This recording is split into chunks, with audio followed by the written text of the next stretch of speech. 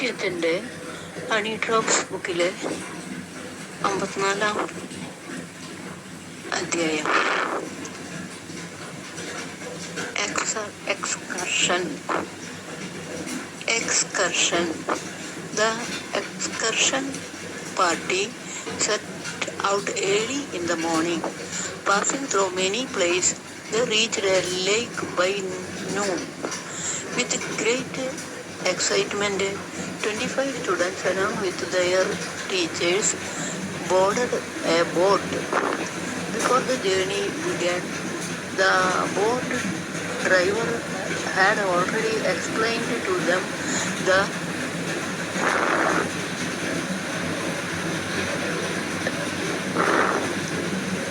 processions to be observed during the boat ride. Singing, dancing, clapping together, everything turned into a festive mood.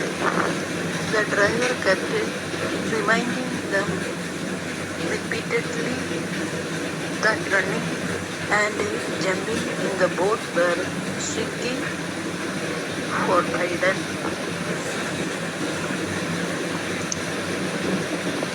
The lush greenery on both sides of the lake and the occasional sight of wild animals made the journey delightful and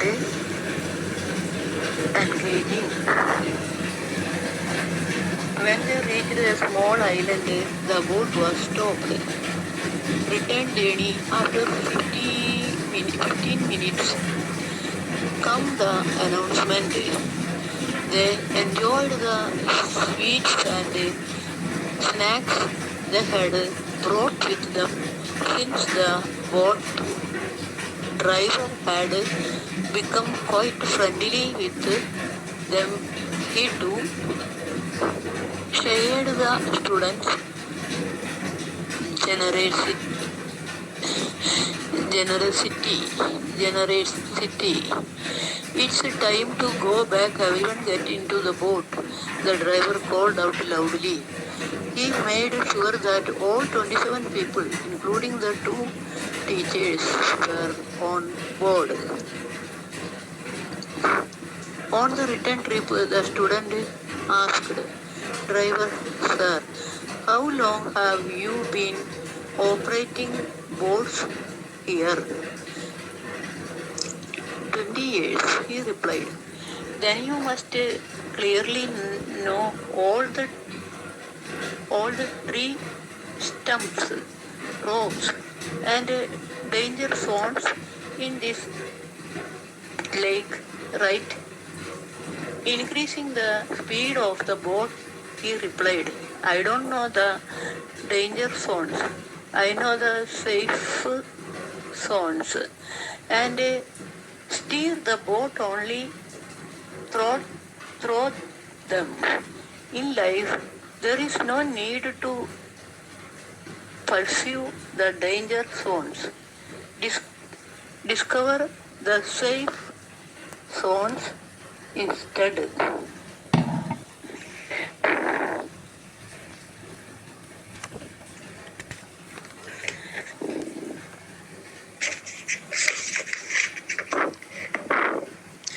God, 55 chapter. God is the creator and I am the creation, just one among countless living beings, and yet I belong to Him. It was none other than Jesus Christ who taught clearly that God is our Father. From the moment I came to know this, the depth of my relationship with God deepened a father-child relationship. From the gospel, I learned the truth that the Son of God was born as a human being in order to make all human beings His brothers and sisters. Yes, I too am made a brother of Jesus. When I come to know Jesus more closely, the Master accepted me into his circle of disciples, disciples, and a teacher disciple, disciple, discipline relationship began to grow. I have called you friends. John 15:15. The joy of knowing that I am a friend of Jesus is beyond measure. At the at the empty tomb, Jesus called Mary Magdalene by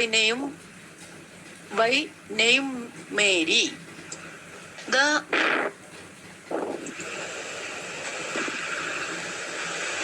the Aramaic meaning of the name Mary is said to be my beloved. To know that I am Jesus, beloved, the apple of his eye, his precious jewel is an intense joy.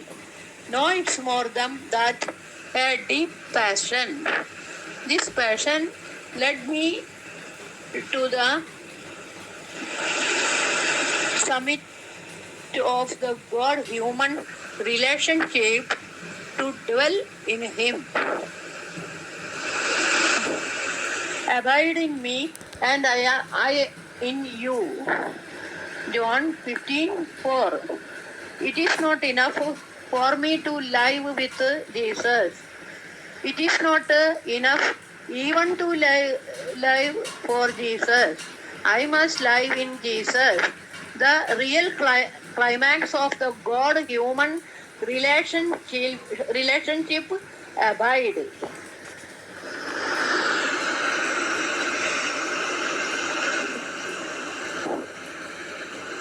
Chapter 56. Appukutan. For Appukutan, this universe was his mother. Mother Earth sang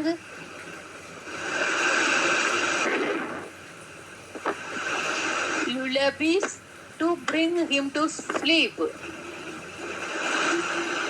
rocked him gently. Her song for sleep and for walking were always comforting joy to him. The dance step she taught him filled him with excitement. And yet, Mother Earth noticed that his face did not truly shine. So many good things excite on this earth. All of them thought short-lived to give happiness. All of them though short-lived do give happiness.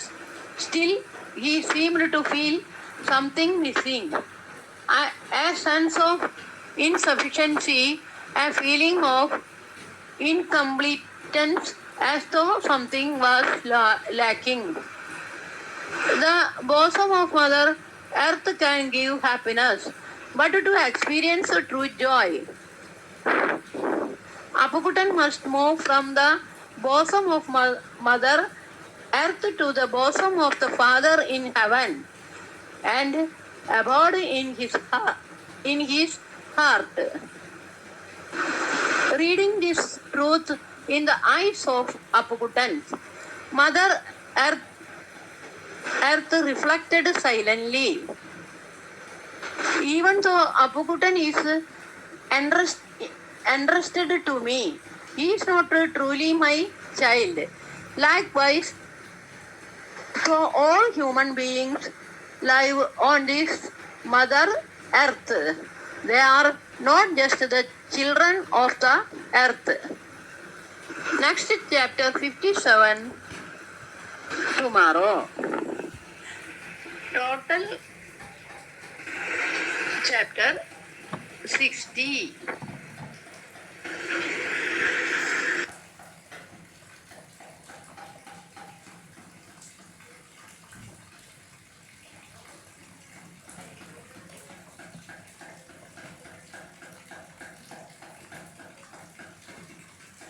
ഇന്നലെ ഒരുത്തം വിളിച്ചിട്ട് ചോദിക്കണാണ്, അച്ഛാ ഞാൻ എന്താണ് ചെയ്യേണ്ടത്? ഞാനോട് ചോദിച്ചേട്ടാ നീ കാര്യം പറഞ്ഞാൽ എനിക്ക് എന്താ ചെയ്യേണ്ടതെന്ന് പറഞ്ഞുതരാൻ പറ്റുള്ളൂ. അവൻ പറഞ്ഞ് എനിക്കൊരു പെങ്കൊച്ചിനെ ഭയങ്കര ഇഷ്ടമാണ് അച്ഛാ. പ്രശ്നം എന്ന് വെച്ചാല് ഞാനിങ്ങനെ സ്നേഹിച്ചുകൊണ്ടിരിക്കണ്, ഞാൻ ക്ഷമിച്ചുകൊണ്ടിരിക്കണ്. എന്തെങ്കിലുമൊക്കെ പ്രശ്നം ഉണ്ടാകുമ്പോഴത്തേക്കും ഞാനത് പരിഹരിക്കാനായിട്ട് എഫേർട്ട് എടുത്തുകൊണ്ടിരിക്കണ്. പക്ഷെ അവള് ഒന്നും കറക്റ്റായിട്ട് റെസ്പോണ്ട് ചെയ്യുന്നില്ല. അവള് ഇതൊരു മുതലെടുപ്പ് പോലെ ആക്കി എടുത്തിരിക്കുന്നതാണ്. ഞാൻ അവനോട് പറഞ്ഞ് എടാ, ഒരു കാറിന്റെ ഒരു സൈഡില് വീലെല്ലാം കറക്റ്റ് അലൈൻമെന്റിലാണ്, അപ്പുറ സൈഡിൽ കറക്റ്റ് അലൈൻമെന്റ് അല്ലെങ്കിൽ എന്ത് പറ്റും? ഒരു സൈഡിൽ മുഴുവൻ ലോഡ് വരും, സ്റ്റിയറിംഗ് കൺട്രോൾ കിട്ടൂല, അധികവും ഈ വണ്ടി ഓടാനായിട്ട് പോണില്ല. അപ്പൊ ബന്ധങ്ങൾ എന്തും ആയിക്കൊള്ളട്ടെ, ഒരാൾ മാത്രം ക്ഷമിച്ചുകൊണ്ടിരിക്കുന്നു, ഒരാൾ മാത്രം ഉത്തരവാദിത്തങ്ങൾ ചെയ്തുകൊണ്ടിരിക്കുന്നത്, സ്നേഹിച്ചുകൊണ്ടിരിക്കുന്നത്, അങ്ങനെയുള്ള ബന്ധങ്ങളിൽ അധികം അങ്ങ് മുമ്പോട്ട് പോകാൻ സാധ്യതയില്ല. അത് ആ ബന്ധത്തിന്റെ അവസാനത്തിന്റെ തുടക്കം മാത്രമാണ്. ഒരു ഗീവ് ആൻഡ് ടേക്ക് ഈ റിലേഷൻഷിപ്പുകളിൽ ഇല്ലെങ്കിൽ ഭയങ്കര പ്രശ്നമാണ്.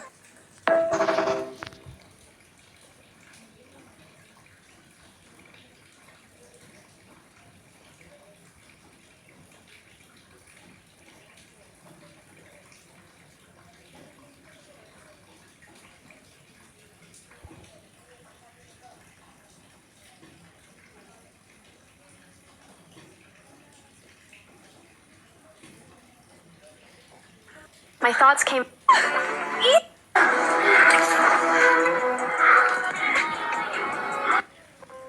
Whose children?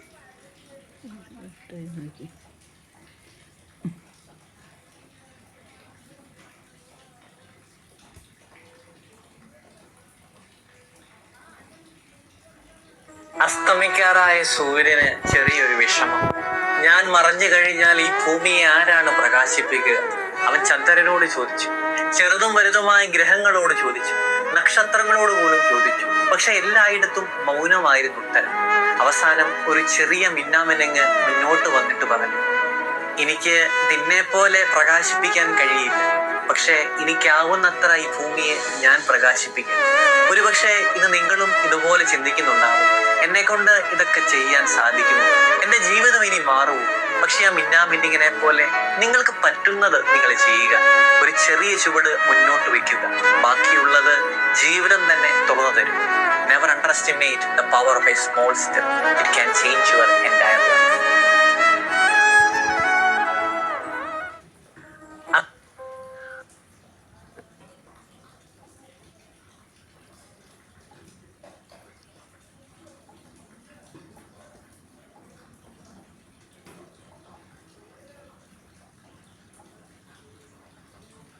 ഒരു ബക്കറ്റിൽ ഒരു ഞണ്ടിൽ Whose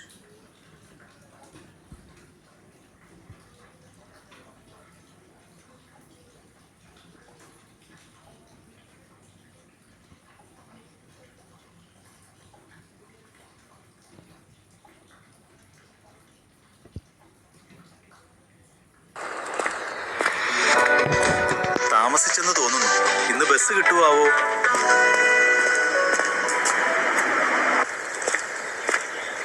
ആർക്കും ആരെയും നോക്കാൻ സമയമില്ലല്ലോ. എല്ലാവരും അവരവരുടെ കാര്യങ്ങളിൽ തിരക്കിലാണ്. ഞാനും അതെ. എൻ്റെ ബസ് വരാൻ 5 മിനിറ്റ് കൂടിയുണ്ട്. വേഗം നടക്കാം.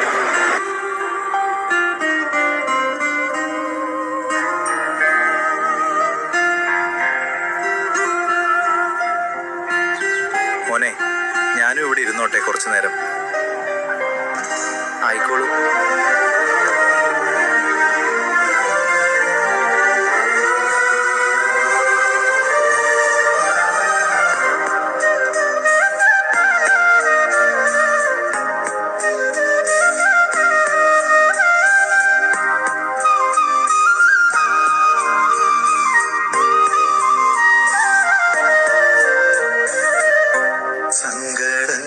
സങ്കടങ്ങളേറിടുമ്പോ വൻകരങ്ങൾ നീട്ടി എന്നെ തന്നോളം തൻ ചേർത്തു നിർത്തും എന്റെ പൊന്നു തമ്പുരാനെ.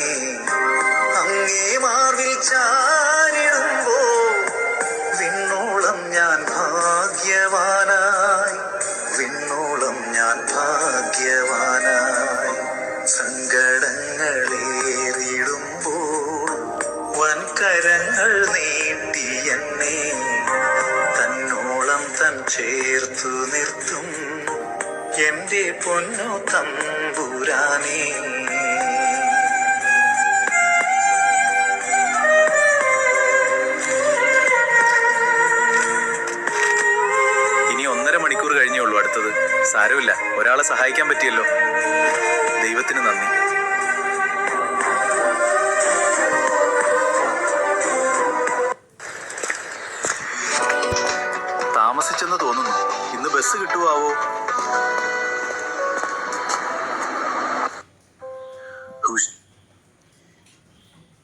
ഇപ്പോൾ തന്നെ കേട്ട കാര്യങ്ങൾ, ഒരാളുടെ ദുഃഖം നമുക്ക് സമാധാനിപ്പിക്കാൻ സാധിക്കുന്നുമെങ്കിൽ അത് വലിയൊരു ദൈവത്തിന് ഇഷ്ടപ്പെട്ട ഒരു ദൗത്യം തന്നെയാണ്. വർഷങ്ങൾക്ക് മുന്നേ ഞാനും എൻ്റെ ഭർത്താവും മോളും കൂടി സിംഗപ്പൂർ പോയിരുന്നു. ഒരു 6-7 കൊല്ലം മുന്നാണ്. അങ്ങനെ എല്ലാവരും തിരക്ക് പിടിച്ച് ഓരോന്നും കാണലായിട്ട് നടക്കണ സമയത്ത് ഒരു അപ്പനും മോനും സങ്കടപ്പെട്ടിങ്ങനെ ഇരിക്കുകയാണ് ഒരു ബെഞ്ചുമ്മ, ഒരു ഗാർഡനിൽ. അപ്പോൾ ഞാൻ എന്തോ ഒരു പന്തികേട് തോന്നിയിട്ട് ഞാൻ അവരുടെ അടുത്ത് ചെന്നു. അപ്പോൾ ഞാൻ ചോദിച്ചു, എന്താ ഇങ്ങനെ ഇരിക്കണം, ഒന്നും കാണാനൊന്നും പോകുന്നില്ലേ എന്ന് ചോദിച്ചു. അപ്പോൾ പറഞ്ഞു, അമ്മ കുറച്ച് നാൾ മുന്നേ മരിച്ചു, ഞങ്ങൾ അതുകൊണ്ട് ഇങ്ങനെ വീട്ടിലിരുന്ന് വിഷമമായപ്പോൾ എല്ലാവരും പറഞ്ഞിട്ട് ടൂറ് വന്നതാ. അപ്പോൾ ഞാൻ പറഞ്ഞു, ടൂറ് വന്നിട്ടും സങ്കടമായിട്ട് ഇങ്ങനെ ഇരിക്കുകയാണല്ലോ എന്ന് ചോദിച്ചു. അപ്പോൾ ഞാൻ അതെന്താ ഞാൻ പറഞ്ഞു കൊടുത്തതെന്ന് ഇപ്പോൾ കുറച്ച് നാളായിട്ട് എൻ്റെ ചില കാര്യങ്ങളൊക്കെ മറക്കുകയാണ് ഞാൻ. അതുകൊണ്ട് എനിക്ക് എന്താ ഞാൻ പറഞ്ഞു കൊടുത്തതെന്ന് എനിക്ക് ഒരു പിടിയും കിട്ടുന്നില്ല. പക്ഷേ അത് പറഞ്ഞു കഴിഞ്ഞതിന് ശേഷം രണ്ടുപേരും ചിരിച്ചു എന്നുള്ളതാണ്. ഒരേ സമയത്ത് കുറേ നേരം ചിരിച്ചു. ഞാനും അടുത്തിരിക്കുന്നുണ്ട്, ഈ അപ്പനും മോനും കുറച്ച് നേരം ചിരിച്ചു വർത്താനം പറഞ്ഞു. അത് കഴിഞ്ഞ് ഹിന്ദുവാണ്,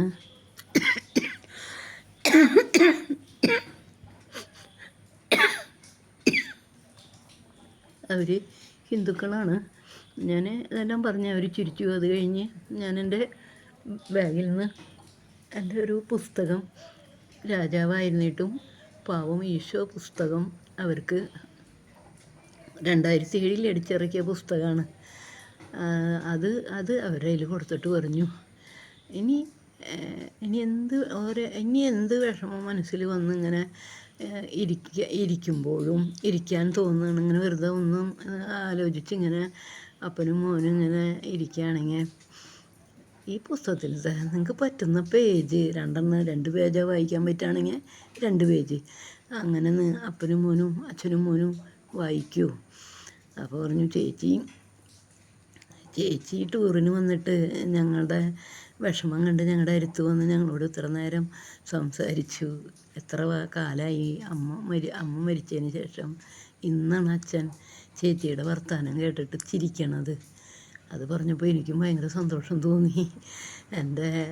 എൻ്റെ കുറച്ച് നേരത്തെ സംസാരവും അവരെ ചിരിപ്പിക്കാൻ പറ്റിയല്ലോ എന്ന് ഓർത്തിട്ട് എനിക്ക് സന്തോഷമായി. അത് കഴിഞ്ഞ് അവിടെ നിന്ന് സിംഗപ്പൂരിൽ നിന്ന് പോരുമ്പോൾ പിന്നീട് അവർ ഗാർഡനിലൊക്കെ നടക്കലും, അപ്പോൾ കുറച്ച് നേരം ഞാൻ അവരുടെ കൂടെ ഞാനും നടന്നു. ഓരോന്നും പറഞ്ഞ് പലതരം കാര്യങ്ങൾ പറഞ്ഞു. ഒന്നും എനിക്ക് ഓർമ്മയില്ല ഇപ്പോൾ. പുസ്തകം കൊടുത്തത് വിഷമം വരുമ്പോൾ വായിച്ചോളൂ എന്ന് പറയണതും അത് മാത്രമാണ് എനിക്ക് ഓർമ്മ വന്നത്. പിന്നെ എനിക്കൊന്നും ഓർമ്മ വരുന്നില്ല എന്തൊക്കെയാണ് പറഞ്ഞതെന്ന്. ആയിക്കോട്ടെ, ഒരു പാട്ട് പാടിയിട്ടുണ്ട്, പാട്ട് പാടി കേൾപ്പിച്ചിട്ടുണ്ട്, കവിത ചൊല്ലിയിട്ടുണ്ട്. എന്തൊക്കെ അത് കഴിഞ്ഞതൊക്കെ ചൊല്ലി കഴിഞ്ഞിട്ട് എന്തൊക്കെയാണ് പറഞ്ഞത് അതൊന്നും ഓർമ്മയില്ല. എന്തായാലും അവർ ചിരിച്ചു, അവർ സന്തോഷമായി. അത് കഴിഞ്ഞ് സിംഗപ്പൂരിൽ നിന്ന് വന്നതിന് ശേഷം ആ മകൻ ഒരു ഫോൺ വിളിച്ചു. ഒരു പ്രാവശ്യം ചേച്ചിയുടെ ആ പുസ്തകം ഞങ്ങൾ 2 പേരും വിഷമം വരുമ്പോൾ വായിക്കുന്നുണ്ട്. അച്ഛനൊക്കെ ഇപ്പോൾ നല്ല സന്തോഷത്തോടെയാണ് എന്നോടൊക്കെ സംസാരിക്കലും ചേച്ചീനെ കണ്ടത് ഞങ്ങൾക്കൊരു ഭാഗ്യമായിട്ടാ എന്ന് പറഞ്ഞിട്ട്. അപ്പോൾ ഞാൻ പറഞ്ഞു, ഞാൻ നിങ്ങൾക്ക് വേണ്ടിയും പ്രാർത്ഥിക്കുന്നുണ്ടെന്ന് പറഞ്ഞു. അപ്പോൾ നമ്മൾ ഒരാളുടെ വിഷമത്തിൽ നമുക്ക് എന്ത് ചെയ്യാൻ പറ്റും? അവരുടെ ആ വിഷമത്തിൽ നിന്നൊന്ന് അവരെ മോചിപ്പിക്കാൻ. അത് നമ്മൾ ദൈവത്തോട് ആലോചിച്ച്, ദൈവമേ ഇവരെ ഞാൻ എങ്ങനെയാണ് സമാധാനിപ്പിക്കുക എന്ന് നമ്മുടെ മനസ്സിലൊരു ഒരു ആഗ്രഹം വരുമ്പോൾ തന്നെ നമ്മൾ എന്ത് ചെയ്യണം, നമ്മുടെ അതരത്തിലൂടെ എന്ത് സംസാരിക്കണം എന്നെല്ലാം ദൈവം തന്നെ നടത്തി തരും. അവർക്ക് വേണ്ടി നമ്മുടെ അതരത്തിലൂടെ സംസാരിക്കാനായിട്ടുള്ളതൊക്കെ. ഇതിപ്പോൾ ഇതിപ്പം വായിച്ചത് കേട്ടപ്പോൾ ഞാൻ ഇത് ഓർത്തിട്ട് സംസാരിച്ചു എന്ന് മാത്രം.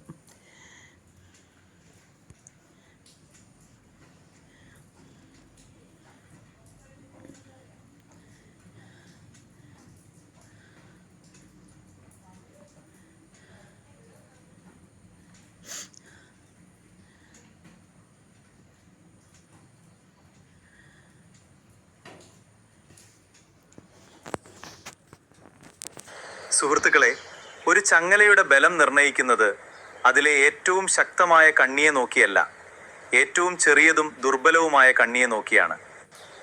ഈ സത്യം ജീവിതത്തിനും ബാധകമാണ്. ഒരു കുടുംബത്തിൽ, ഒരു സ്ഥാപനത്തിൽ, ഒരു സമൂഹത്തിൽ ചിലപ്പോൾ നമ്മൾ ഏറ്റവും കഴിവുള്ളവരെയും ഏറ്റവും ശക്തരെയും മാത്രമാണ് ശ്രദ്ധിക്കുന്നത്. എന്നാൽ നിശബ്ദമായി പിന്നിൽ നിൽക്കുന്ന ഒരാളായിരിക്കാം ആ കൂട്ടായ്മയുടെ യഥാർത്ഥ ശക്തി. അതുകൊണ്ട് ആരെയും ചെറുതായി കാണരുത്. പിന്നിലാണെന്ന് തോന്നുന്നവരെ കൈവിടരുത്.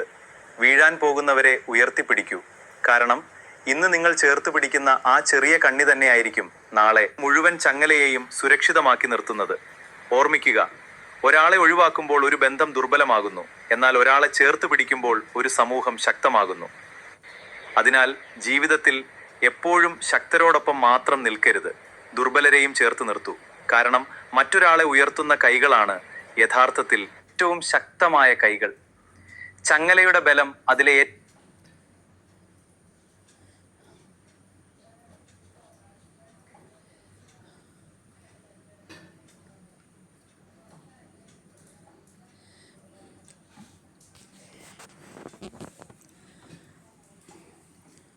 ഒരു നല്ല ചിന്ത.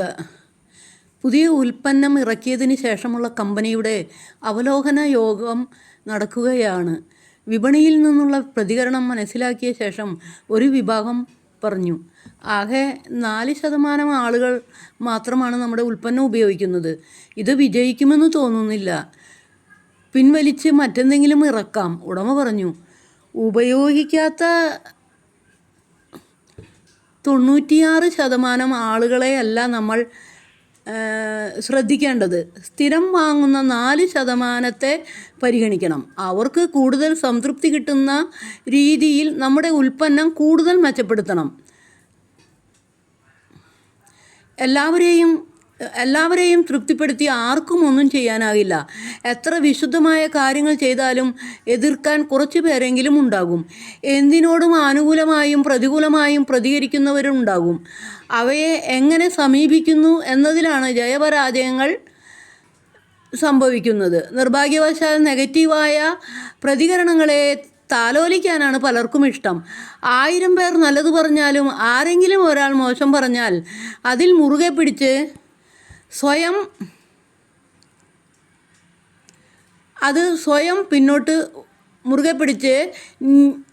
സ്വയം പിന്നോട്ട് വലിയും. എല്ലാവർക്കും ആവശ്യമില്ല. ആളുകൾ ഇഷ്ടപ്പെടാത്തതിൻ്റെയും അവർ ഉപേക്ഷിക്കുന്നതിൻ്റെയും കാരണം ഉൽപ്പന്നത്തിൻ്റെ ജീർണതയാകണമെന്നില്ല. ബന്ധങ്ങളിലും സഹസഞ്ചാരത്തിലും ഓരോരുത്തരുടെയും ഇഷ്ടങ്ങളിൽ വൈവിധ്യമുണ്ട്. തങ്ങൾക്ക് ഇഷ്ടപ്പെട്ടവ നൽകുന്നവയെ അവർ സ്വീകരിക്കും. അവരുടെ താല്പര്യങ്ങൾക്ക് ഉപകരിക്കാത്തവയെ അവർ തിരസ്കരിക്കും. എല്ലാവർക്കും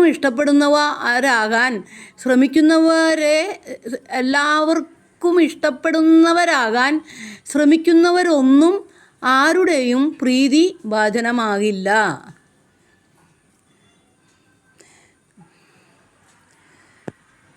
ഇതൊരു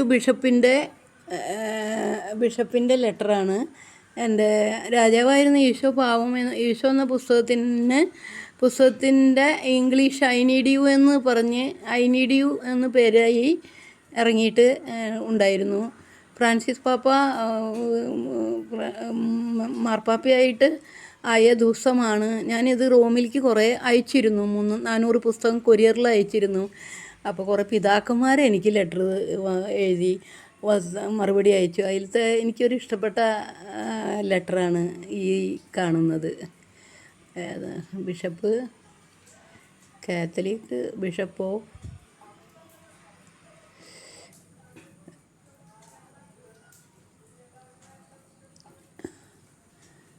Catholic bishops house, bishop of port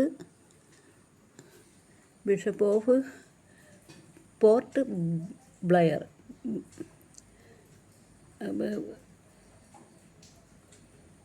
bishop of port Blair.